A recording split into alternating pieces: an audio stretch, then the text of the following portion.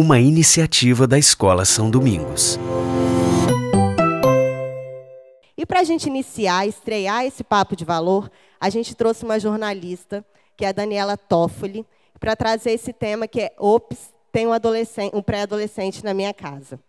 A Daniela, ela é formada em jornalismo há mais de 20 anos, especializada nas áreas de parenting, comportamento, saúde e educação, e trabalha há 12 anos na Crescer, marca da editora Globo, voltada para grávidas e pais de crianças até 8 anos. No ano passado, lançou o livro Pré-Adolescente, um guia para entender o seu filho. Também tem um boletim semanal na CBN sobre estilo de vida aos domingos. Mãe de uma pré-adolescente, é graduada em jornalismo pela Faculdade de Comunicação Social Casper Libero, com cursos de publishing em revistas pela Yale, de marketing para mães pela PME Enterprise, de gestão avançada no APG do Amana Aqui e de jornalismo feminino pela ESPM. E com vocês, Daniela.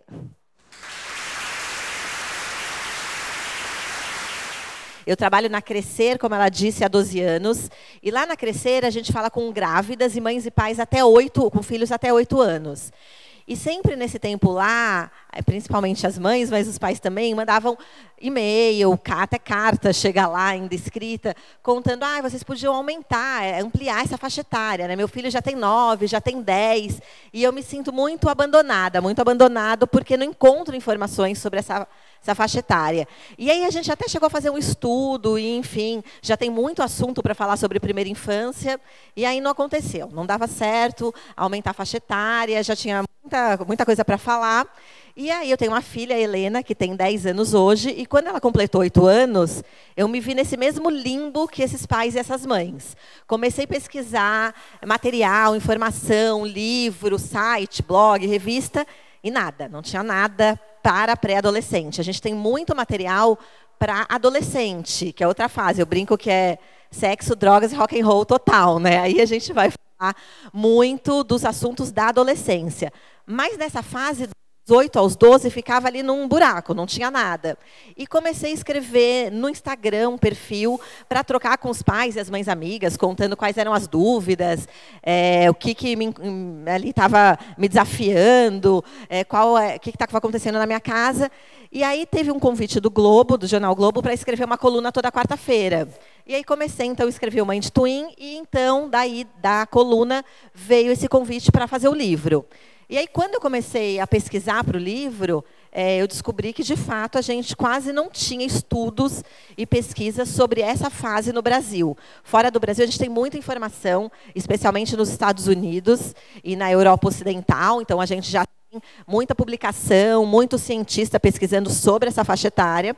Tudo que tinha de pesquisa no Brasil eu trouxe para o livro, mas é, de fato, uma fase que a gente ainda está, principalmente a ciência, começando a se debruçar sobre ela.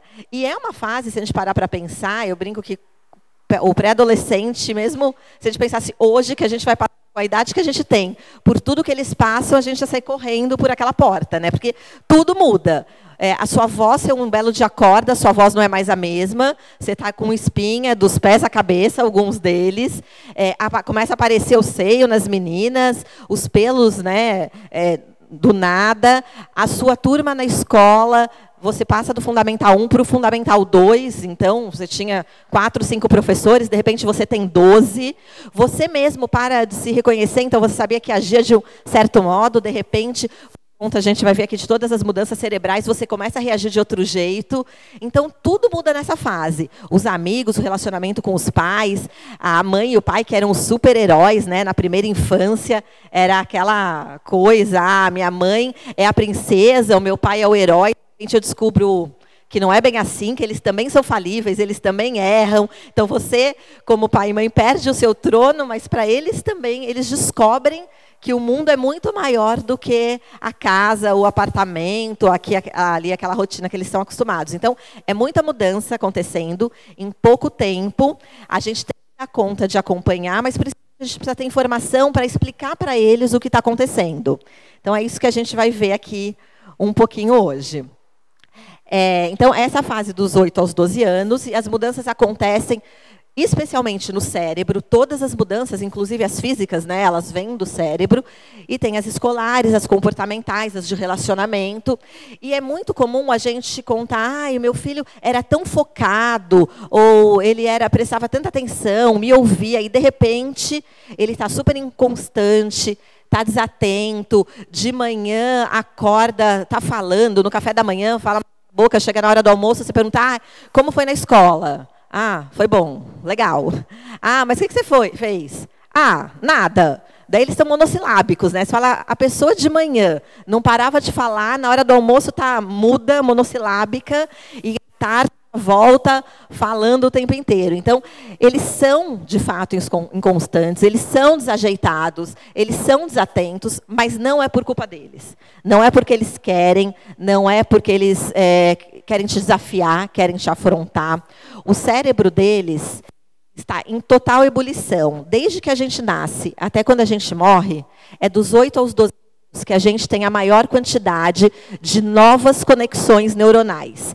Então, a gente cria sinapses, que são essas novas conexões, o tempo inteiro na vida, mas dos 8 aos 12 é quando a gente mais cria novas sinapses. Tanto que é a única fase da vida que o nosso cérebro aumenta de tamanho, fisicamente. Mais até do que nos 3 primeiros anos de vida.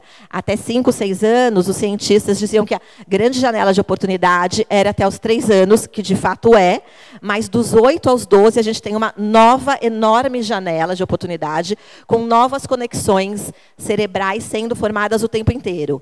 Então, todo esse caos no cérebro, essas novas conexões, deixam o pré-adolescente perdido. O cérebro deles não está dando conta de tanta informação. Então, a gente precisa aproveitar essa fase e ajudá-los a lidar com tudo isso. Aqui, vocês vão ver, tem bastante imagem do Divertidamente. Eu gosto muito, imagino que a maioria já tenha assistido. O Divertidamente ele é um filme sobre a pré-adolescência. Ele é um filme todo feito com neuropsicólogos, neurologistas pediátricos, porque ali é o cérebro da Hailey. A Hailey é uma pré-adolescente de 11 anos, e a gente sabe que nas meninas, o ápice dessas conexões neuronais é justamente aos 11 e nos meninos aos 12. Então, a Hailey está exatamente nesse ápice, lidando com todos aqueles sentimentos, angústia, raiva, tristeza, e por isso, né, que ela é a protagonista desse filme. E para quem assistiu o filme, lembra que ele aparece, especialmente no fim, tem aquelas ilhas do conhecimento, que algumas somem e dão lugar às novas, que são os novos interesses. E isso é só uma representação muito bem feita da poda neuronal. Porque o que acontece? Dos 8 aos 12, está lá, o cérebro está em ebulição total, 1 milhão de novas conexões neuronais todos os dias. E na adolescência, dos 12 aos 16, especialmente, acontece o que os neurologistas chamam de poda cerebral.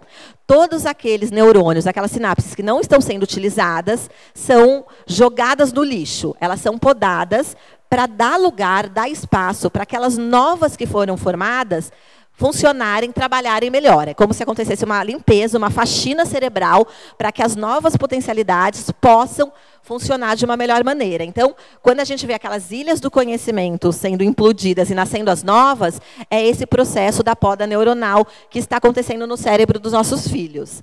20% dessas conexões vão ser extintas, vão mesmo para a lata do lixo. E aí, aqui, aquele momento, quando eu descobri isso, que eu também não sabia, a gente pensa, bom, então, dos 8 aos 12, vou colocar meu filho em todas as atividades do mundo, né? Alemão, grego, mandarim, balé, judô, futebol. Vou aproveitar todas essas conexões, essa coisa louca que está acontecendo na cabeça deles, para garantir até que os neurônios não sejam podados. E não, a gente não precisa ter essa aflição. A gente pode matricular em 2, 3 cursos que eles gostem, ou que a nossa família acha importante. Então tem que fazer uma língua estrangeira, aproveita e põe nessa fase, mas não precisa colocar em 5, porque a gente vai ver daqui a pouco que o maior estímulo nessa fase é o brincar.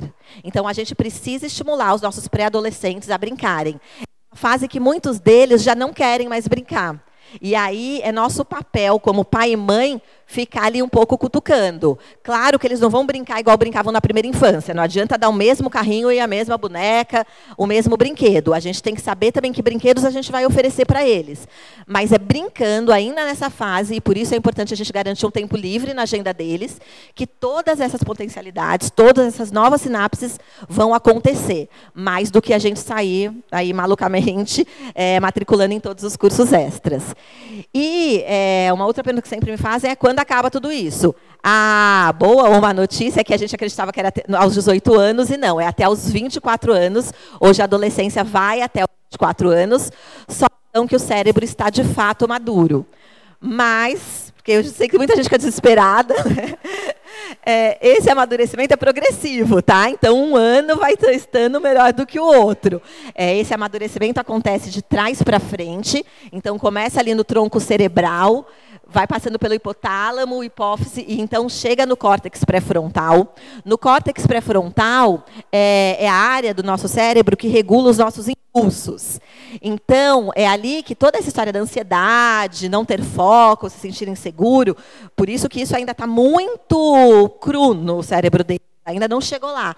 Eu gosto de brincar que é como se o cérebro deles já tivesse o acelerador, mas não tivesse o cérebro. Então, por isso que às vezes eles com a gente, com os amigos, saem falando e nem se dão conta. Depois que eles vão pensar nas consequências do que eles falaram ou na reação para aquele ato que eles praticaram. Eles ainda não têm capacidade de antever essas reações. Os estudos mostram que as crianças de 8 a 12 anos, elas interpretam de forma errada as instruções e as emoções em 30% das vezes. Então, às vezes, de vez em quando, você chega e conta, a quinta-feira você conta, esse fim de semana a gente vai viajar para um lugar super bacana. E daí aquele ser te olha com aquela cara super blasé, né? Sem nenhuma empolgação, parece que você não está fazendo mais do que obrigação. E aí não é porque eles não estão empolgados, é porque eles ainda não conseguiram identificar. Então, eles interpretam de forma errada, de fato. Então, aí você respira fundo, né? Conta até 10, porque a vontade é de falar, então, esperava um pouco mais de empolgação. E não, de novo, não é porque ele está querendo te afrontar, não é porque ele não gostou, é porque ele ainda não conseguiu dar conta disso. Eles estão nessa fase, então, de uma janela de oportunidade cognitiva muito grande, como a gente conversou aqui, e o brincar é muito mais importante que os cursos extras. E aí a gente precisa se preocupar. Então, qual é o tipo de brinquedo que eu vou dar? Vou dar os jogos de tabuleiro, vou dar os brinquedos de montar mais elaborados, vou estimular principalmente a brincadeira em grupo. Hoje a gente tem cada vez mais as famílias com menos filhos, né? Com muitos filhos únicos. Então, proporcionar essa brincadeira em grupo é muito importante, seja em casa, fazendo alguma atividade coletiva no prédio, no clube, com os amigos da escola. E o brincar ao ar livre. Então, a gente precisa também se preocupar, especialmente nas grandes cidades, em proporcionar essas atividades, essa brincadeira. E aqui a brincadeira é andar de bicicleta, pode ser andar de patins, de skate, só caminhar de fim de semana, mas eles precisam desse contato ao ar livre, porque a gente já está vendo problemas físicos acontecerem nessa geração. Então, a quantidade de crianças com miopia aumentou muito nos últimos anos. A gente teve um aumento de quase 20%, e que a gente detecta especialmente na pré-adolescência. E a primeira reação, os primeiros estudos, todo mundo foi pesquisar, claro, elas estão grudadas nas telas, né? Vivem ali com smartphone, videogame, televisão. Então, a miopia é por conta das telas. E hoje a gente sabe que não é só por conta das telas. Essas crianças estão brincando menos ao ar livre, vivendo mais em lugares fechados e pequenos. Elas não conseguem desenvolver a visão a longa distância. Então, elas estão ficando míopes porque elas não brincam ao ar livre, porque elas não têm a possibilidade de desenvolver lá na primeira infância, mas especialmente na pré-adolescência, essa visão de longo alcance. E aí junta com as telas e recai, né, a gente vê a miopia aumentando. Então, é importante até fisicamente, sem contar de obesidade, sedentarismo. Hoje, o principal problema mundial de doença na infância é a obesidade, ao contrário do que a gente tinha antes, que era a desnutrição. Mesmo as crianças de classe social inferior estão obesas, porque quando elas comem muito mal. Então, quando a gente leva para essa atividade ao ar livre, a gente tem uma série de ganhos, desde controlar o peso até estimular a visão de longo alcance. E essa fase, então, está acontecendo tudo no cérebro, né? E a gente começa a ter as mudanças físicas. Então, o cérebro está lá a mil, os hormônios sexuais começam a aparecer.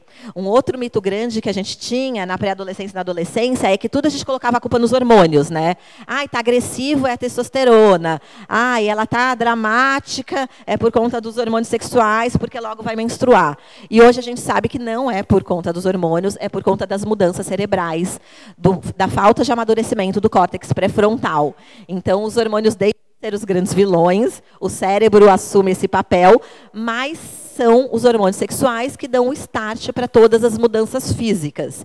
Então, os primeiros sinais externos de que o seu filho está começando a entrar na puberdade vai aparecer entre 8 e 10 anos, primeiro com o surgimento de pelos púbicos e nas axilas, ou com suor de odor mais forte, ou com um repentino estirão de crescimento. Então, aquela história, comprei uma calça nova do uniforme, depois de 2 meses está curta, e daí você fala, a malha não é boa, não é de boa qualidade, encolheu. Não, o seu filho cresceu mesmo. Eles crescem muito em pouco tempo. Então, nos meninos, de 20 a 25 centímetros, e nas meninas, de 15 a 18 centímetros. Então, é normal que no estirão, você vai comprar a calça e ela vai ficar curta em muito pouco tempo, porque eles estão no estirão, que é um desses primeiros sinais.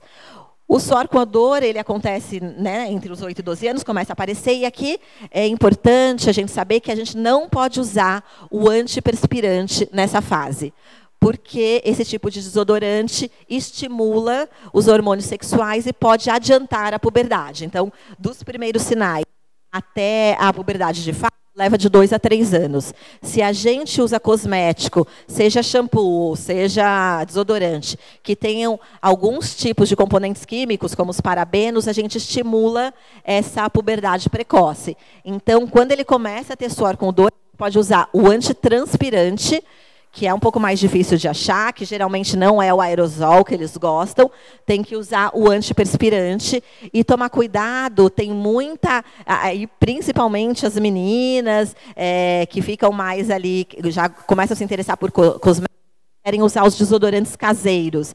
Então, tem o tal do desodorante da Bela Gil, que é um desodorante que você faz em casa, usa a essência de lavanda, que não tem problema, com leite de magnésio, mas precisa conversar com o dermatologista ou com o pediatra para ver como usa, se pode usar, em qual quantidade, porque isso também pode ser um perigo, né? Pode ser arriscado, dependendo se a criança tem alguma alergia.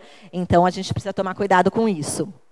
O crescimento das mamas, que é um marco especialmente importante para as meninas, o broto mamário surge por volta dos 8, 9 anos, e aí na consulta do pediatra ele vai contar, né, que já existe, já começou. O desenvolvimento completo só acontece aos 17 ou 18 anos, então a gente tem aqui no Brasil, principalmente, um número grande de meninas querendo fazer cirurgias de mama, seja para aumentar ou seja para diminuir, e elas não podem ser feitas antes dos 18 anos, quando o desenvolvimento está completo. E a gente tem aqui, e aí muito dessa geração, da geração Z e da geração alfa que a gente está falando, o uso do sutiã passa a ser cada vez mais cultural. Então, essa era uma discussão que não existia, né, na nossa, quando a gente era pré-adolescente, começaram a aparecer as mamas, começa a usar sutiã. O sutiã ele não é necessário para o desenvolvimento. Então, quando você conversa com um ginecologista, com um pediatra, as meninas não precisam usar sutiã. Elas usam se elas quiserem, se elas se sentirem confortáveis. Mas não tem nada que biologicamente que justifique o uso do sutiã. A gente usa sutiã por um motivo cultural. A gente já tem as marcas de lingerie, a Victoria's Secret lançou a primeira coleção há 2 anos, não fazendo mais aquela história, te lembra do icônico primeiro sutiã, da propaganda, fazendo tops, porque as meninas não querem usar sutiã, elas querem uma coisa mais confortável, então elas usam tops. A gente já tem movimentos em alguns colégios de meninas que não querem usar sutiã, mas também não querem que fique... A blusa, às vezes, é branca, meio transparente, então elas fizeram movimentos para mudar a cor da blusa do colégio. Por que não uma cor laranja, um azul? Por que tem que ser branca? Assim eu me resguardo. Claro que os meninos ficam curiosos, é natural também. A menina que ele estudou a vida inteira, não tinha nada, e de repente aparece ali com o seio, ele vai dar uma olhada, óbvio, né? E as meninas, nem todas... Às vezes elas não querem usar sutiã, mas elas não bancam, né? Ainda não se sentem seguras para lidar com aquela olhada. Então, elas começam a já pedir, então por que o uniforme precisa ser branco, que é mais transparente? Não pode ser de outra cor? Então, a gente esse movimento do uso do sutiã, que era uma coisa que não acontecia, não havia esse questionamento, né? Quando a gente foi pré-adolescente, hoje tem esse questionamento. E quando a gente vai ouvir os médicos, está tudo bem. Elas não precisam, de fato, usar sutiã. E alguns meninos, eles podem ter a ginecomastia, que é o aumento das mamas, mas em 98% dos casos isso desaparece sozinho. Então, também, às vezes, vai incomodar por 1 ano, 1 ano e meio. Vale uma conversa com o pediatra, mas em 98% dos casos vai ter que esperar passar, porque vai passar e dá tudo certo. Só em 2% dos casos precisa de algum tipo de cirurgia ou de tratamento estético, porque o incômodo daí para o menino está muito grande. Então, aí é preciso um pouco de paciência. E aí, como a gente falou, então, tem os pelos e toda a discussão, deixa os pelos, tira os pelos, como faz a barba, cada família vai chegar ali à sua conclusão de qual é a melhor forma. A acne, fazendo uma institui no Instagram, uma mãe escreveu uma vez, eu escrevi sobre isso, e ela me escreveu de volta falando, que bom, eu nunca pensei que eu precisava explicar para o meu filho que a acne era uma coisa passageira. O que acontece? O menino não tinha irmãos, era filho único, não tinha irmãos nem primos mais velhos, e ele tinha uma acne mais grave. E ele nunca tinha visto ninguém passar por aquilo. Então, ele começou a ter, até que ele ficou com muita acne, e ele chegou um dia em casa chorando, desesperado, porque ele tinha certeza que ele ia ser assim a vida inteira. Ninguém tinha explicado para ele que aquilo ia passar, que aquilo era uma fase. Ele não viu ninguém perto dele passar por aquilo e depois ficar tudo bem. E daí ela falou, agora eu sei que eu preciso sentar e explicar para ele que é só uma fase. Então, a voz está mudando, vai melhorar. A acne apareceu, isso vai passar. Às vezes, o que é muito óbvio para a gente, para eles não é. Então, falar sobre isso dá um conforto para eles, que às vezes a gente se esquece, porque a gente já passou, é normal. E não é, para eles não é um mimimi, né? Eles estão sentindo de fato. E quando, às vezes, essa acne é muito profunda, aí vale também uma ida ao dermatologista. Tem uma série de tratamentos que os pré-adolescentes e os adolescentes podem fazer, que são menos invasivos, e que pode dar uma ajudada se isso estiver causando um sofrimento muito grande. Porque, às vezes, é um sofrimento mesmo, pode ser até uma causa de bullying, né, entre os amigos. A mudança na voz, a fase que acontece é a troca completa de dentição, então a gente está mais apegado do que eles, mas se despede da fada dos dentes, né? Vai acabar a história de deixar o dente embaixo do travesseiro. Então, a gente tem uma série de rituais aí também indo embora, e que para eles é um desafio, mas às vezes os pais são mais apegados e a gente sofre mais do que eles, porque afinal eles estão crescendo, então não vai ter mais fada do dente. No Brasil, a primeira menstruação acontece por volta de 12 anos, essa é a idade média, e o ciclo ainda é muito desregulado, pode levar de 6 meses a 2 anos para ele ser certinho, e ainda bem, TPM não é comum na pré-adolescência e na adolescência, porque já é muito hormônio e muito cérebro a mil, então a gente raramente tem que lidar com a TPM, mas as cólicas são muito comuns. E aqui a gente precisa ficar atento, porque a endometriose é uma doença que vem crescendo, atinge hoje já 10% das mulheres e pode causar infertilidade. E ela já pode ser detectada na adolescência. Então, se a menina está tendo muita cólica, está sentindo muita dor, precisa conversar com o ginecologista, porque ela pode ter um tratamento de endometriose. Entre os meninos no Brasil, a primeira ejaculação acontece por volta dos 13 anos. Essa é uma idade média. Se acontecer entre 12 e 15 anos, está tudo bem. Ninguém precisa ficar desesperado. O que acontece aqui de curioso é que os meninos geralmente não contam para os pais.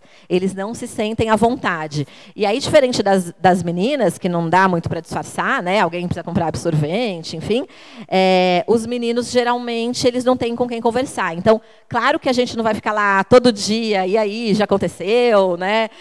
Mas a gente precisa ficar atento para ver se esse menino tem algum tipo de dúvida e dar abertura para ele vir. E aqui uma outra diferença, como a gente falou ali do sutiã, para essa geração, é a quantidade enorme de absorventes que existe hoje, né? Então, de novo, na nossa época tinham 2 ou 3 tipos. Hoje, eu brinco, a gente tem quase que fazer uma aula de mestrado para dar conta de explicar todos os tipos. Tem o ecológico, o reutilizável, o interno, o copinho coletor, a esponja absorvente. Então, é uma quantidade enorme e cada menina vai poder escolher qual é o melhor para ela. Mas, para ela poder escolher, a gente tem que dar informação. E, às vezes, nem a gente tem essa informação. Então, isso a gente precisa buscar, mais uma vez, conversa com o pediatra, com o ginecologista, para pedir orientação, para a gente poder oferecer todas as opções para elas, e aí sim elas escolherem o que vão se sentir mais à vontade. A gente tem nessa fase também uma outra mudança importante, que fala da autoestima. Na primeira infância, as crianças, elas acreditam no que você diz. Então, elas chegam com desenho. Você diz que é o mais incrível do mundo, elas saem felizes da vida. Você diz que ele é ótimo no futebol, ele acredita. Quando eles chegam na pré-adolescência, eles começam a se comparar. E aí não adianta mais você dizer que ela é linda, que ele é ótimo, que o desenho está incrível. Eles vão comparar com os amigos e vão saber no que eles são bons e no que eles são ruins. E aí a gente vê a autoestima, em alguns casos, começar a ter ali um questionamento. Então, será que eu sou tão bom assim? Poxa, minha mãe sempre disse que eu era ótimo no futebol, o fulano faz muito mais gol, eu mal consigo pegar na bola. Então, agora não adianta mais só a sua palavra, só o que você diz.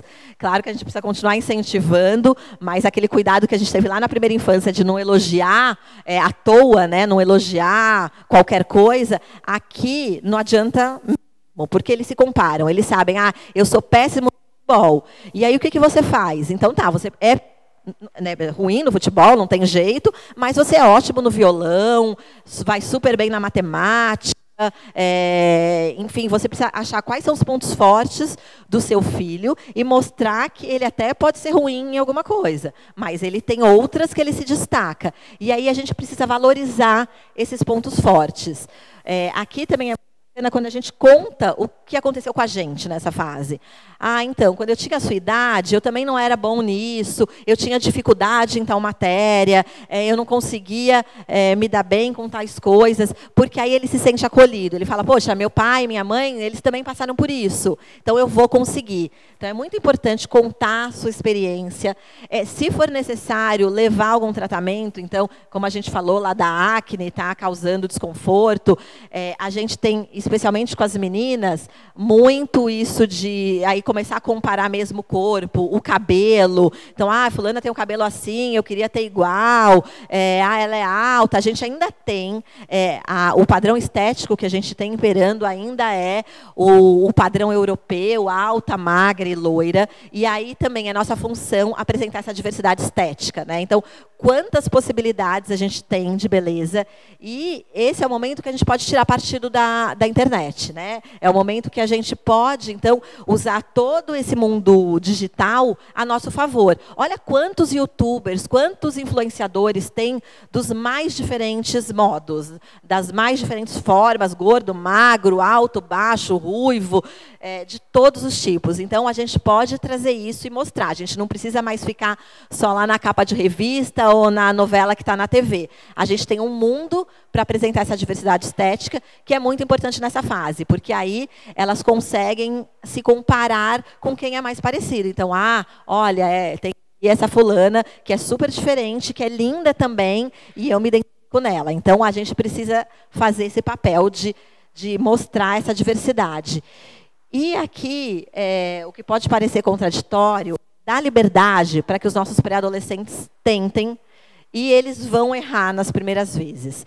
E isso é fundamental para a autoestima dele. Então, quando a gente fala de autonomia na pré-adolescência, é quando eles começam, a gente começa a deixar, vai até a padaria, comprar alguma coisa sozinho, vai poder, no mercado, ser responsável por uma parte da compra, vai conseguir gerenciar ali a semanada, a mesada, vai ter uma tarefa em casa que ele vai ser responsável do começo ao fim, sem você ficar o tempo inteiro no pé.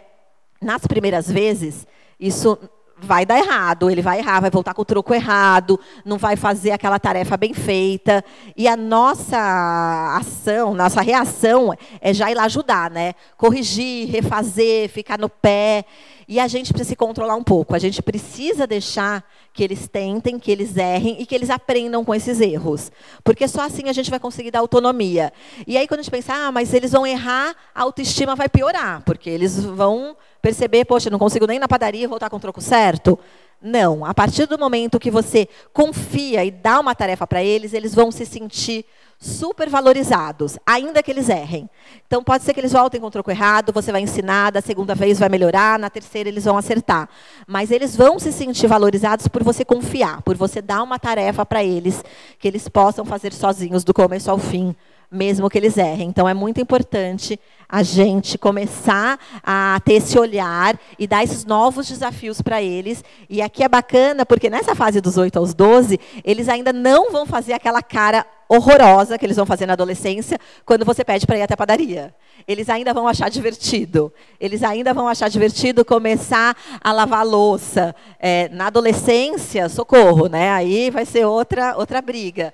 Então, a gente precisa aproveitar também essa fase para criar esse hábito. Se a gente não criar agora, se não criou na primeira infância, se não criar agora, não é na adolescência que vai criar. E daí é muito aquilo que a gente ouve de meu filho é folgado, não quer fazer nada, não ajuda em casa. Então, mas tem que plantar a sementinha aqui. Enquanto eles ainda acham um desafio, porque daqui a pouco eles vão achar tudo muito chato e não vão querer fazer nada. Então, planta aqui a semente, vira um hábito. Aí, na adolescência, eles vão reclamar, mas se já tiver o hábito incorporado, eles vão fazer, mesmo de cara feia. Então, a gente tem uma oportunidade aqui para aproveitar. A gente entra também no momento que as amizades passam por muitas mudanças. Eles começam a criar o círculo de amigos. A gente, né, deixa de ser o herói, a princesa, enfim, a gente perde aquele lugar.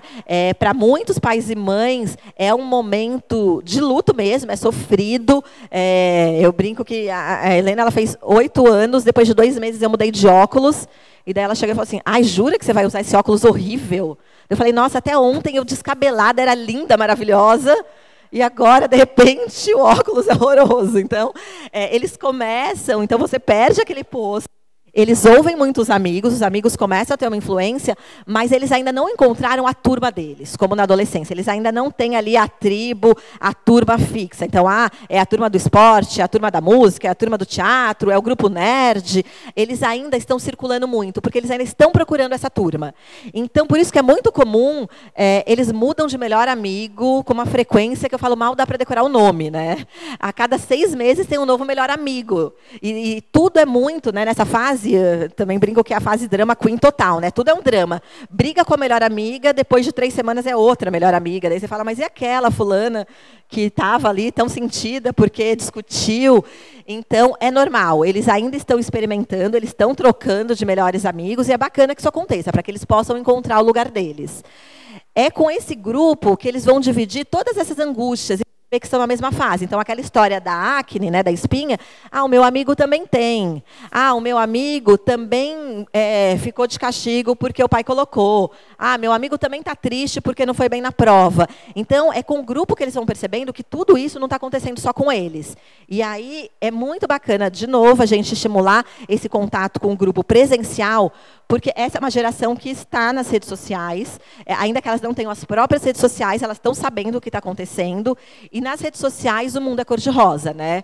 Eu falo que ninguém posta no Instagram que ficou de castigo, que ficou de recuperação, ou que brigou com o irmão mais novo. Não tem nenhum post desse no Instagram. Estão todos lindos, maravilhosos, viajando, bem vestidos. Então, a gente precisa lembrar que aquela vida cor-de-rosa no Instagram não existe na vida real. E eles vão descobrir isso com os amigos ali de verdade, né, fisicamente, contando, estou chateado com meu pai por conta disso, minha mãe me deu uma bronca por conta daquilo. Então, isso vai acontecer na casa de todo mundo. E aqui é muito importante, a gente falou lá de autonomia, a gente precisa dar autonomia para eles, a gente precisa conhecer esses amigos, e tem uma psicóloga que eu entrevistei para o livro, e ela diz uma frase que eu acho muito bacana da gente ter em mente, que nessa fase a gente precisa dar um passo para trás, porque eles precisam ir lá, tentar, errar, criar o próprio grupo, escolher os melhores amigos, mas a gente tem que esticar os olhos. A gente precisa ficar em cima de tudo que eles estão fazendo. Eles ainda são crianças, eles estão no fim, né, da infância, eles ainda não são adolescentes. Então, a gente precisa dar esse passo para trás, mas tem que esticar os olhos para ficar ali vendo, monitorando tudo que eles estão fazendo para poder direcionar. Ah, precisa de uma correção de rota aqui, precisa de uma informação ali, a gente consegue dar conta disso. E eles ainda precisam também de limites claros e daquilo que a gente fez muito ali com 3, 4 anos, que é ficar repetindo, né? Com 3, 4 anos, a gente repete toda hora a mesma informação. Na pré-adolescência, lembrem-se que eles estão completamente desfocados. Tem estudos que mostram que essa geração Z e alfa conseguem, de atenção exclusiva, ter apenas 8 segundos de atenção exclusiva. Então, deem a bronca em 8 segundos, depois do sermão. Mas é uma geração muito fast. É uma loucura. 8 segundos, gente. Então, claro que depois eles continuam ouvindo, mas não só com aquela atenção. Eles estão ouvindo o sermão, mas estão pensando, daqui a pouco eu vou para o jogo tal, eu vou amanhã usar o perfume X, Y. Então, a gente precisa lembrar que eles não vão registrar tudo. Eles vão ouvir, mas não vão registrar tudo. Então, a gente precisa repetir muitas vezes. Então, quando a gente, por exemplo, fala, olha, eu não quero que você assista o youtuber tal, né? A gente... tem famílias, eu mesma, tais e tais youtubers não podem assistir. Primeiro a gente tem que explicar o porquê. Por que ele não pode assistir aquele youtuber? E aí você só vai conseguir explicar o porquê se você sentar e assistir junto com ele. Vamos assistir juntos 2 ou 3 episódios e eu vou te contar por que você não pode. Olha, isso ele faz, eu não gosto, aquilo não é legal para a sua idade, isso daqui eu não concordo porque não tem a ver com os valores da nossa família. A partir do momento que você explica o porquê do não quer dizer que ele vai aceitar, mas ele vai pelo menos entender. E aí você explicou e acha que está tudo bem. Mas não, você vai ter que repetir mais umas 15 vezes o porquê daquele não, até eles conseguirem registrar, e vão passar 2 meses, eles vão tentar de novo. Então, é muito aquele exercício que a gente fez lá no comecinho. Vai ter que repetir a orientação, repetir o porquê do não, repetir a informação. Tem que ter paciência, mas vai dar tudo certo, gente. E aí, eles estão... lidando com muitas emoções novas, então a autoestima, o círculo de amigos, questionando não. Brinco que a gente escolhe escola hoje em dia, a gente quer sempre um colégio que ensine o pensamento crítico, né? A gente quer que eles consigam pensar e não só receber o conteúdo. Daí chega na pré-adolescência, eles começam a questionar tudo, a gente fala, mas como? Fala, então, você escolheu a escola lá na primeira infância para ter pensamento crítico, agora a gente tem que dar conta de todo esse pensamento crítico. Eles estão usando com a gente para começar. Então, precisa ter paciência. E eles não conseguem ainda dar conta das emoções. Lembrando lá de novo do Divertidamente, raiva, tristeza, angústia, está tudo ali acontecendo ao mesmo tempo. E o sistema límbico, que regula as nossas emoções, também não está pronto. Então, não tem nada pronto, mas tem tudo amadurecendo muito rápido. Então, a gente precisa ajudá-los a lidar com alguns sentimentos. E, especialmente, com a tristeza. A gente se preocupa muito com aquela criança que é agressiva, né? Então, quando eles são pequenos, um amigo mordeu o outro, chama todo mundo, o pai do que mordeu, o pai do que foi mordido, aquele caos. E a gente se preocupa muito com a criança que é agressiva. A gente não se preocupa tanto com a criança que está quietinha lá no fundo da sala, porque ela não dá problema, né? Ela está quietinha. Mas esse estar quietinho pode ser uma tristeza. E a gente vê aí na adolescência os níveis de ansiedade e depressão aumentando muito. Então, é uma geração que está sendo muito diagnosticada com depressão de fato, que não é uma simples tristeza. Então, a depressão afeta de 1 a 2% dos pré-escolares e entre 3 e 8% dos pré-adolescentes. Mas até chegar na idade adulta, 20% dos jovens vão ter passado por um episódio depressivo mais ou menos grave, mas isso não é só uma tristezinha. É um episódio de depressão mesmo. E aí a gente precisa ficar atento e saber ensinar os nossos filhos a lidar com a tristeza.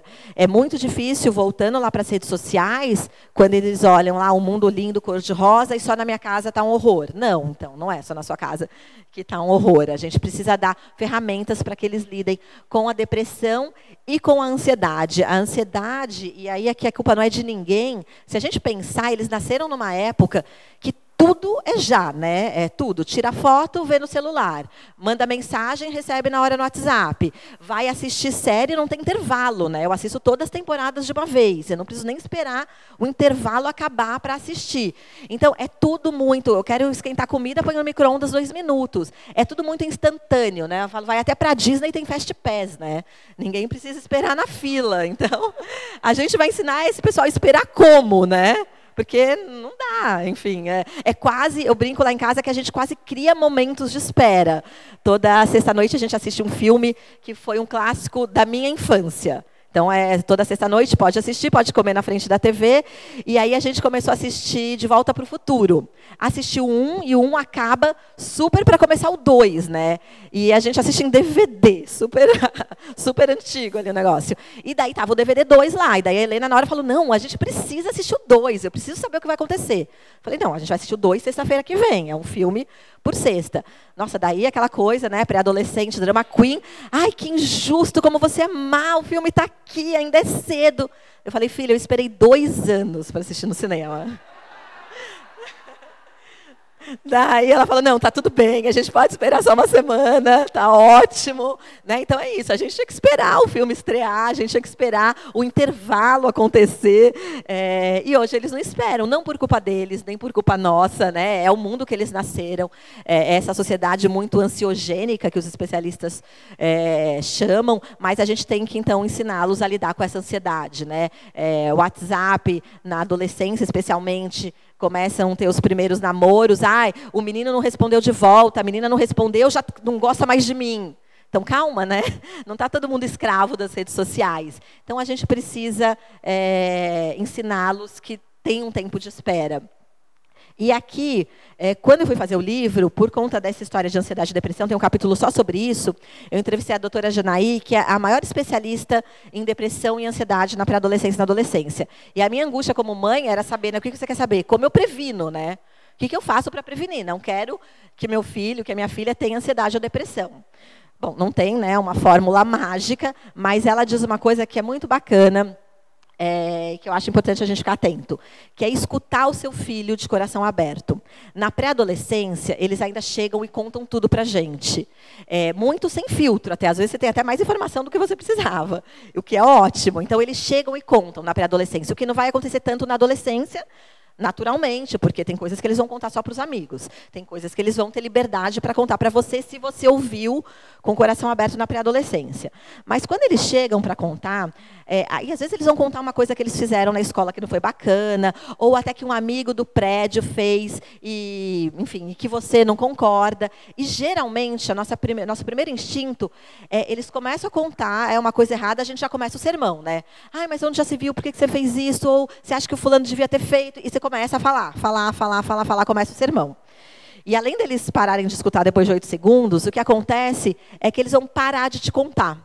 Se eles vêm para você contar alguma coisa, você já começa no sermão, esquece. Na segunda, na terceira vez, eles não vão mais. Para que eu vou contar para minha mãe que o fulano, que nem fui eu, fez isso? E quando eles vêm te contar que o fulano fez isso, eles não falam assim, mas a gente consegue entender que é muito porque eles querem uma orientação. Será que o que o fulano fez foi certo? Será que a minha mãe deixaria? Será que tudo bem? Então, quando eles vêm te contar uma coisa que eles fizeram ou que o amigo fez, é porque eles estão querendo a sua opinião. E se você já começa no sermão, esquece, eles nunca mais vão te contar, porque, né, eles não são bobos. Conta uma vez, conto 2. Na terceira não vai ter, não vou sentar lá e ouvir sermão de graça. Então, a gente precisa muito ouvir mesmo, para tudo, escuta, por mais absurda que seja a história. Respira fundo e daí, claro, precisa de uma orientação, precisa de uma correção de rota, você faz isso depois. Pode ser depois, na hora do jantar, pode ser, se não for tão grave, depois do dia seguinte. Se for uma coisa muito grave, que vai até merecer ali um castigo, uma consequência, você pode dar, mas primeiro escuta, primeiro deixa ele falar, pergunta o que ele achou daquilo. Ah, você acha que você fez certo? Você acha que o seu amigo agiu de uma maneira correta? E depois você faz o sermão. Porque como a gente tem muito isso de já querer corrigir, já querer dar o sermão, já querer mostrar o que está certo e o que está errado, a gente acaba perdendo eles. E aí é o que a gente ouve muitos pais e mães na adolescência falarem, que ele ficou adolescente, ele não me conta mais nada, ou ele faz tudo o contrário do que eu disse. Então, é porque você perdeu o seu filho na pré-adolescência, né, nessa fase que a gente chama de fase ponte, que é a passagem entre a infância e a adolescência. Então, a gente precisa, nessa fase, contar até 10, respirar fundo, por mais que esteja ouvindo um absurdo, e depois fala o que tem que falar. E aqui a gente já falou um pouquinho de ensinar a esperar. E aí, tudo isso, né, a ansiedade, a comparação, a autoestima, vem muito porque estamos vivendo... Estamos no mundo da vida digital, gostemos ou não, e tem muita coisa bacana que a gente pode tirar proveito. A gente tem que ver a tecnologia como um aliado, não como inimigo, né? Então, a gente precisa, eu brinco muito que eu falo, nessa fase, dependendo de onde mora, a gente está ensinando a andar de ônibus sozinho. Você não dá lá, aqui em Vitória, não sei, mas lá em São Paulo, o bilhete único, que é o passe do estudante lá. Você não dá o bilhete único e fala beijo, tchau, pega o ônibus X, né? Você faz a primeira viagem com ele. Entra por aqui, passa o bilhete aqui, entra por trás, sai pela frente. Faz a segunda viagem com ele, para ele aprender onde pega, onde desce, depois de tal ponto. Na vida digital, a mesma coisa. A gente não pode deixar os nossos filhos navegarem sozinhos na pré-adolescência. Então, a gente tem que se preocupar com a educação sexual, educação financeira, educação ambiental, mas hoje, nós, pais de hoje, temos que fazer a educação digital. Os nossos pais não tiveram que fazer isso, mas a gente tem. Então, a educação digital, ela precisa ser tema diário, né, na casa de todas as famílias. Então, como a gente ensina os nossos filhos a se comportarem no mundo digital? Com a gente do lado. Então, ganhou o primeiro smartphone. No Brasil, as crianças ganham o primeiro smartphone na pré-adolescência, entre 8 e 12 anos. Muito dificilmente elas vão chegar aos 13 anos sem ter um smartphone. Não adianta só dar o smartphone. Você tem que dar um smartphone quase com uma bula, né? Eu brinco, quando a Helena ganhou o dela, ela ganhou o smartphone e uma cartinha, com tudo que ela podia, o que ela não podia fazer e o que eu esperava que ela usasse. A história era até, começou, por que você quer um smartphone? E daí era, para fazer filme, para fazer vídeo. Eu falei, ótimo, te dou uma filmadora. Né? Para quê? Mamãe, você é a única pessoa do mundo que usa filmadora. Falei, bom, tá bom, ok. Daí foi combinado lá que, então, quando ela fizesse 9 anos, ela ia ganhar. De fato, ela usou, fez vídeos. O celular ficou trancado na gaveta por 2 meses. E ainda hoje ela usa muito pouco. Mas ela ganhou. Fato é que ela ganhou com uma recomendação do que ela não podia fazer. E eu coloquei essa cartinha no Mãe de Twin, nas redes sociais. E muitos pais, ela tinha 9 anos, escreveram assim, me destruindo. Você não confia na sua filha. Eu falo, então, ela tem 9 anos, não é uma questão de confiar, ela não sabe usar. Ela não aprendeu. É como eu dar um jogo de tabuleiro e não ler as instruções. Então, eu preciso ensiná-la a usar o smartphone. Então, pode ter rede social? Eu ainda não deixo, não pode. Pode entrar no YouTube junto comigo. Não pode assistir sozinha. Pode assistir sozinha um canal específico que ela gosta e eu sei que é ok. Então, tem as regras. Pode usar quanto tempo por dia? Dependendo da criança, ela quer ficar muito tempo, né? No caso em casa que o celular está lá na gaveta, mas tem criança que se deixar fica 5 horas com o celular ligado. Então, qual é o tempo? Onde pode usar? Pode levar na escola? Pode levar na aula de inglês? Então, a gente precisa ensinar as regras, a gente precisa estar junto.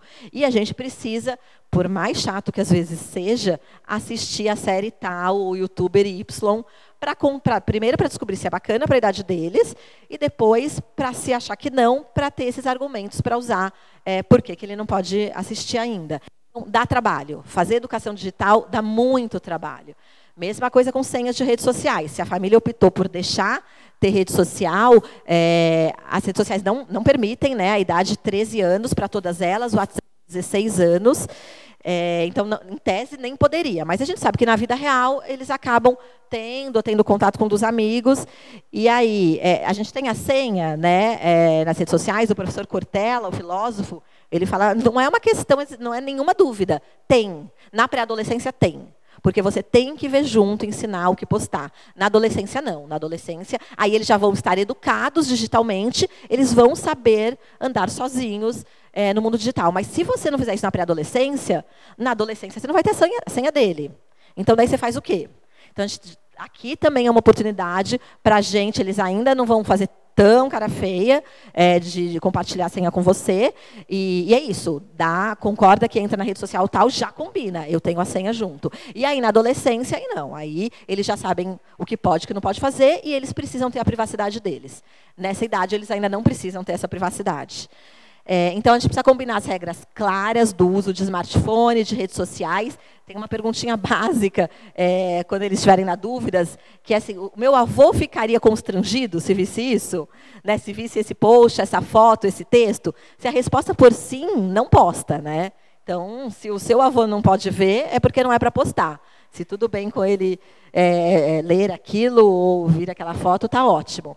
E a gente precisa ensinar a enfrentar todas as situações desconfortáveis.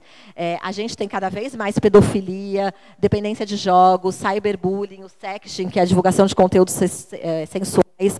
Na adolescência, eu dei uma palestra há pouco tempo, que daí a menina chegou no fim e falou assim, sabe o que é mandar nude? É tipo mandar um beijo hoje em dia. Eu falei, então, né?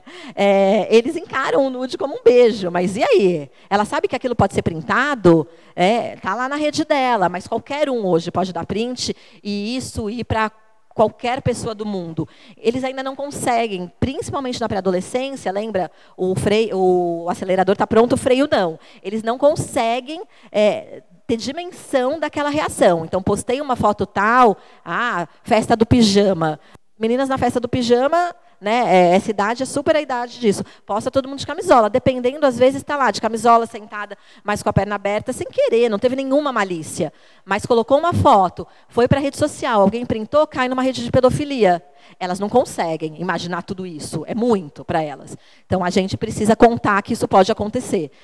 Não precisa, né, colocar um pavor em todo mundo, mas a gente precisa contar que isso, infelizmente, acontece. No Brasil, a pornografia infantil lidera o ranking de denúncias, né, de crimes virtuais. A gente teve recentemente o Messenger Kids, que é uma ferramenta do Facebook para crianças. O próprio Facebook descobriu que não bastava, porque a história era que só quem é autorizado pelo pai pode falar com a criança.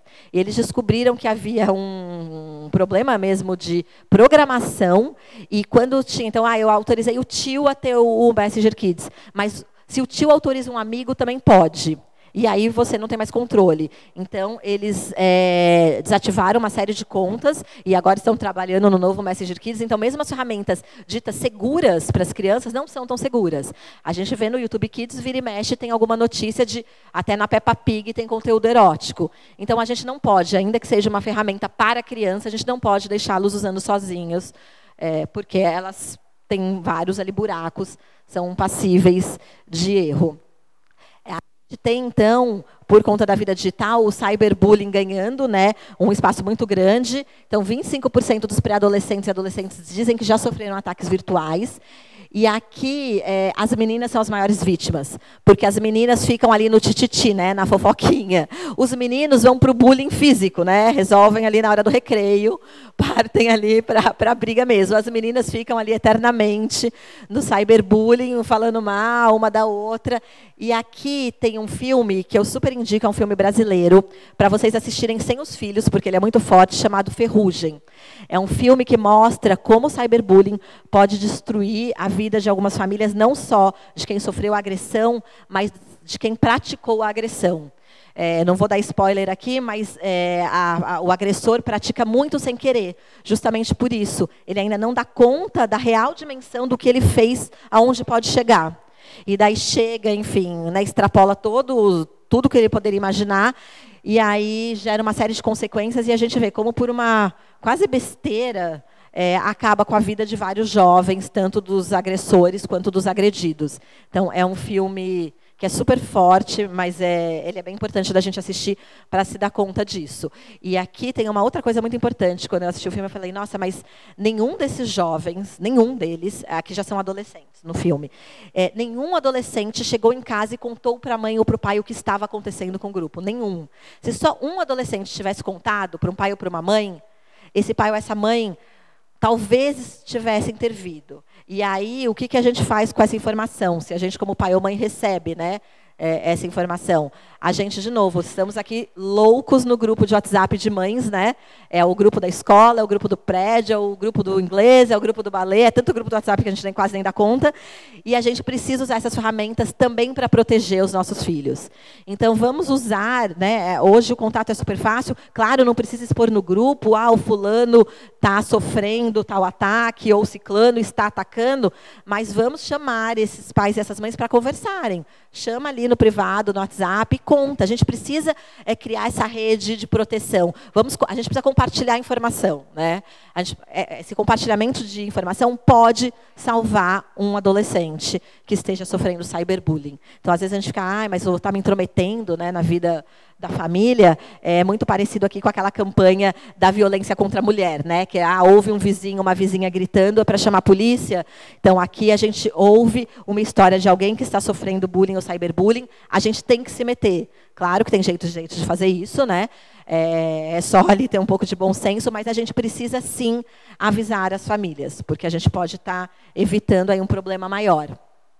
No bullying, a idade média das vítimas é 11 anos, então é super na pré-adolescência, porque eles ainda estão ali sem conseguir se controlar. Metade dos agredidos tem entre 11 e 13, por conta da impulsividade do cérebro. E a gente precisa, para evitar o bullying, então, reforçar a autoestima, acompanhar a vida digital e pedir ajuda da escola, porque a maior parte dos episódios do bullying acontece dentro da escola. E aí a gente precisa de ajuda do colégio para quando tem uma situação mais grave. Aqui, não bastassem todas essas mudanças aqui que a gente já falou hoje, é na pré-adolescência também que mudam todos os padrões de alimentação e sono. Então, desde eles começam a comer enlouquecidamente, né? Então, aqueles pratos enormes, principalmente para quem tem menino em casa, haja fazer mercado. A gente precisa tomar cuidado, porque a obesidade, como eu comentei, tem aumentado muito. Então, 15% das crianças entre 5 e 9 anos e 25% dos jovens têm sobrepeso e obesidade. E é importante porque essa é a fase que muitos deles param de fazer esportes. Aí, especialmente as meninas, né? Não querem mais fazer educação física, acham chato. E a gente precisa ficar atento. Não precisa, de repente, ser a educação física, mas vai fazer natação, vai fazer dança, mas precisa fazer alguma atividade física. Eles não vão mais para a escola a pé, geralmente, eles vão de carro, vão de transporte escolar, eles andam pouco, eles moram em espaços menores, então eles precisam se exercitar, seja fazendo a atividade que for, mas a gente precisa garantir que isso aconteça para evitar a obesidade. É também nessa fase que aparecem os distúrbios alimentares, e aí também muito provocado pelos padrões estéticos. Então, anorexia, bulimia, 42% das meninas de 6 a 10 anos desejam ser mais magras, o que é uma loucura, né? É muita menina preocupada com isso.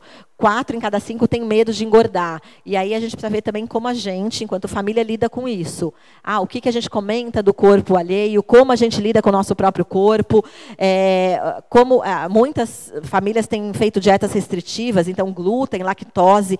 As crianças não precisam, a não ser que elas sejam alérgicas, elas não precisam. A gente fez uma capa da Crescer recentemente mostrando que as crianças estão ficando subnutridas, obesas mais subnutridas, por conta das dietas restritivas dos pais. Então, a mãe não quer mais comer glúten, ninguém come glúten na família. E não precisa, a não ser que a criança tenha uma alergia, porque está começando a faltar vitamina e, enfim, todos os alimentos que elas precisam para crescer nessa fase, lembrando que os neurônios ali estão a 1000.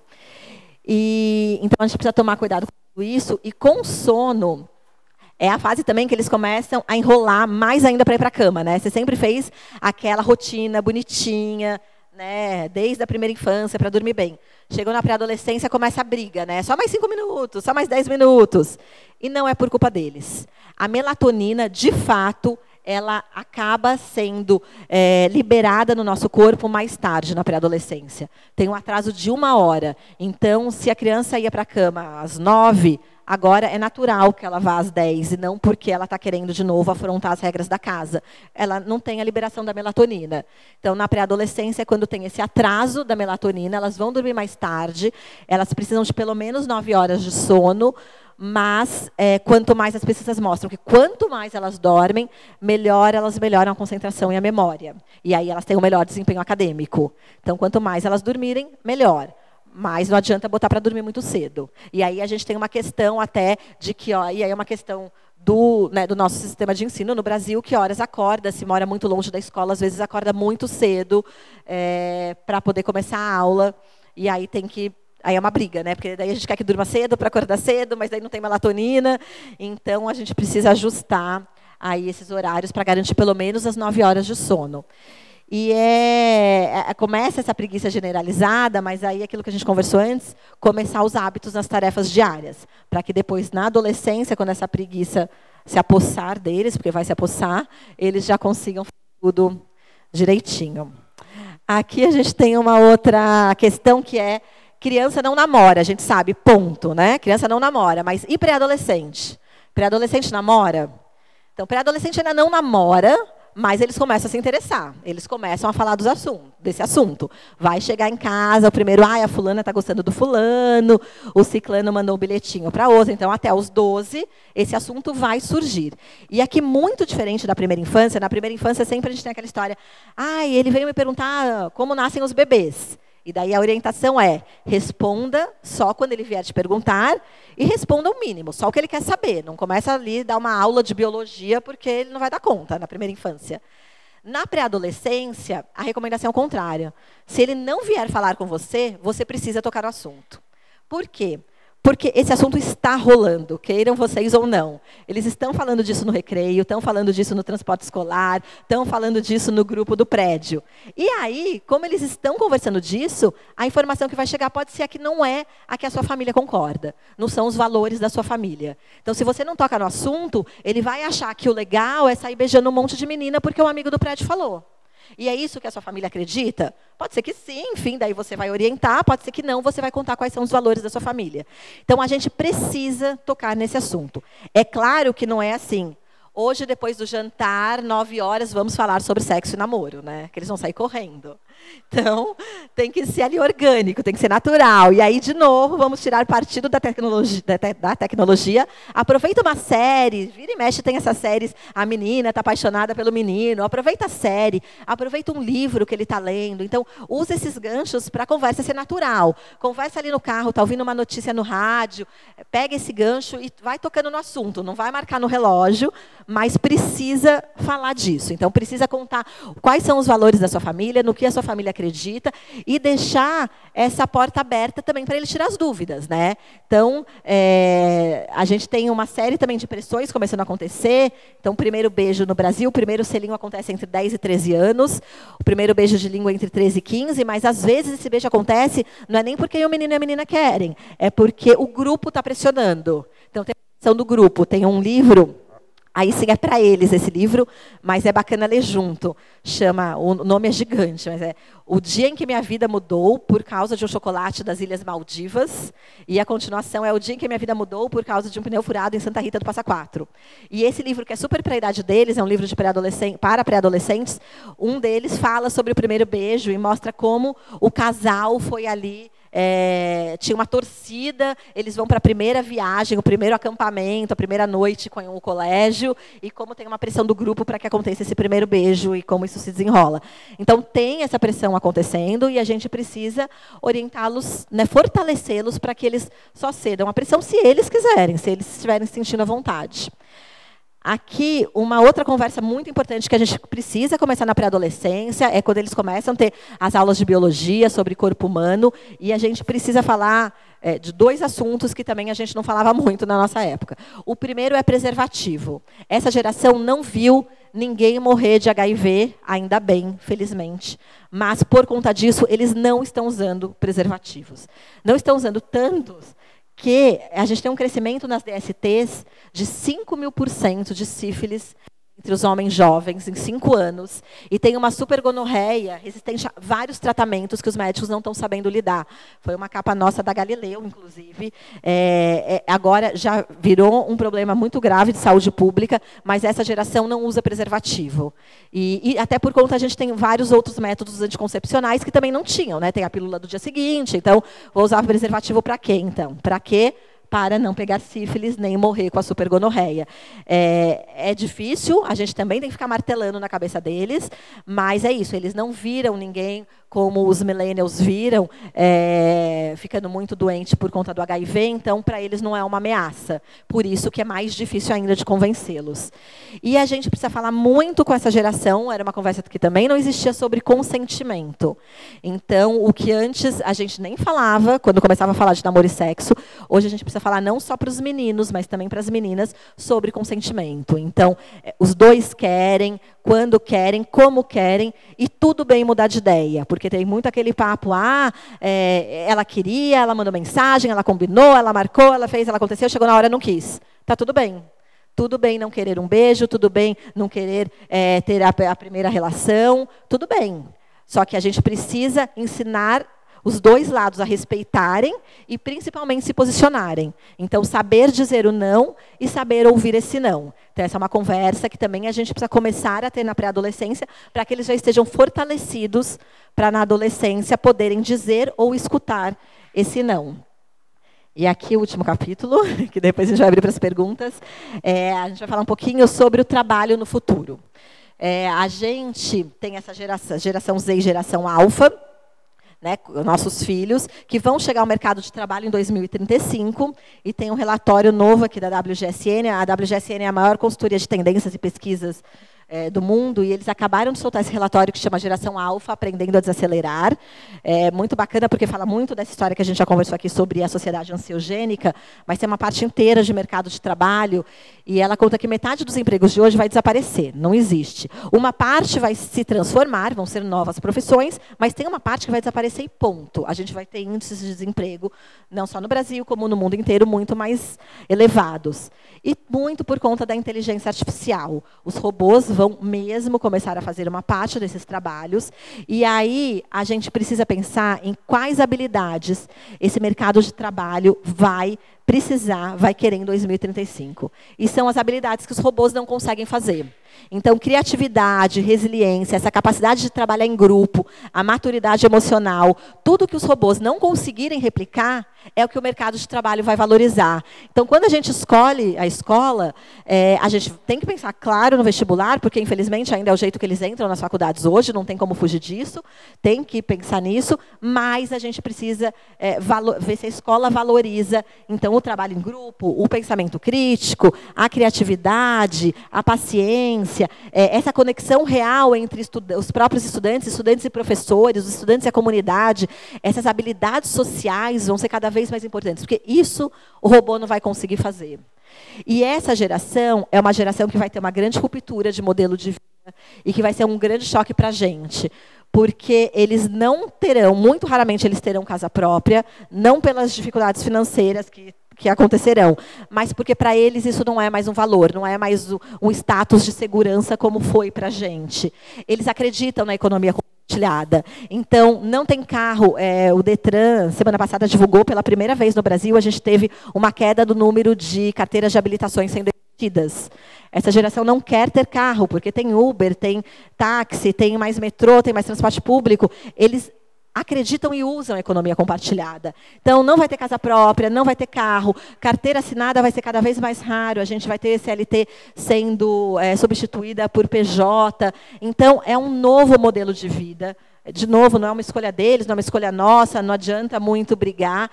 E eles dão muito valor para o tempo de lazer. Então, quem trabalha aqui com equipes muito jovens, eu tenho equipes muito jovens lá na editora, da Galileu e do TecTudo, eu falo, eu tenho que fazer outra gestão. Assim.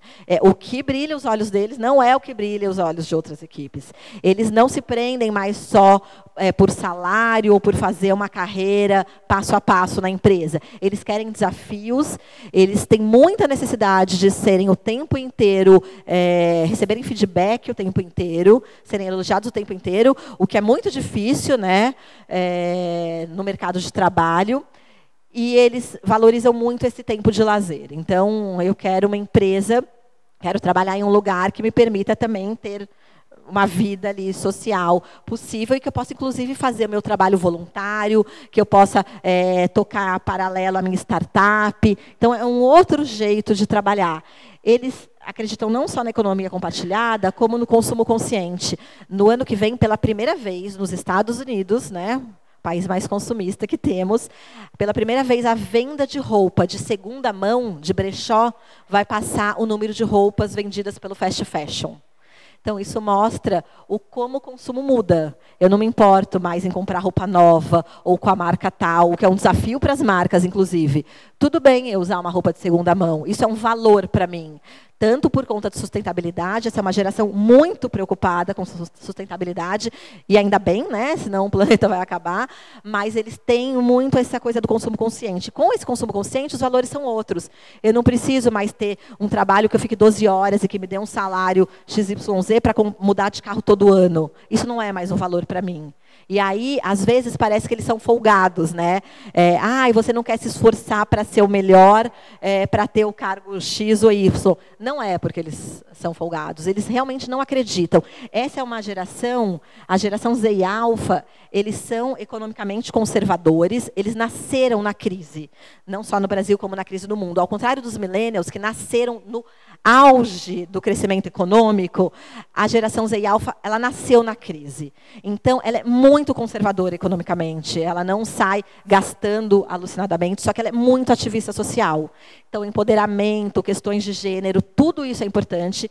E o que é muito bacana, eu brinco que eu queria viver 200 anos para ver essa geração chegar ao poder, porque eles são menos competitivos e mais colaborativos.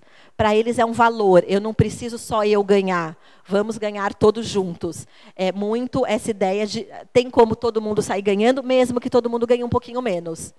Então, é uma geração que trabalha com a colaboração, mais do que com a competição. Então, não é porque eles são folgados, é porque eles têm outros ideais mesmo, que é diferente das gerações passadas. E nesse relatório do WGC, eles dão 2 conselhos, quando a gente pensa, falando só de trabalho do futuro, que quando a gente fala de geração alfa, a gente precisa celebrar essa irreverência que eles têm, essa irracionalidade, essa coisa de fazer acontecer. Os millennials eram uma geração muito creator.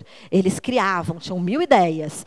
A geração Z e a geração alfa, eles são makers, eles põem a mão na massa.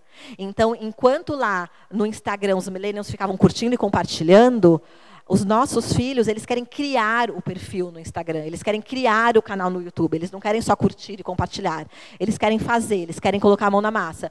Isso é muito bacana, mas a gente tem que dar ferramenta para que eles sejam makers e não sejam só creators. E já que a inteligência artificial assume cada vez mais essas tarefas repetitivas, então a gente precisa pensar mesmo em quais são essas habilidades que eles vão precisar. Os trabalhos manuais voltam a ser muito valorizados. Todos esses movimentos slow fashion, slow food, slow travel, tudo isso vai ganhar uma importância cada vez mais, um valor maior. Então, eles não vão se incomodar. Eu pago mais para ir no restaurante ou na loja do bairro, que a moça que faz, que costura, do que vou comprar no shopping, na loja tal. Então, eles não se importam de pagar a mais se for por isso. Se tiver uma causa por trás, se tiver um valor por trás. Então, essa é uma mudança grande que a gente vai ver acontecer, que muito falando de futuro, né, nos próximos anos, mas que, enfim, tem a ver, está super relacionado com a vida dos nossos filhos. A gente vai acompanhar essas transformações aí. Enfim, tem muita coisa ainda para falar, mas todos esses assuntos aqui estão mais esmiuçados ali no livro, né? Aqui a gente tem um tempo e a gente vai abrir para as perguntas, mas só queria contar, então, que a gente precisa aproveitar essa fase ponte, a gente precisa cruzar essa ponte junto com eles, para que eles não se percam, para que a gente possa acalmá-los, para que eles continuem nos contando as coisas, para que a gente chegue a uma adolescência que vai sim ser turbulenta, mas que seja um pouco menos turbulenta se a gente tiver atravessado, né, a ponte com eles. Então, a gente não pode perdê-los nessa passagem da infância para a adolescência. Bom, é isso, gente. Obrigada. Uma iniciativa da Escola São Domingos.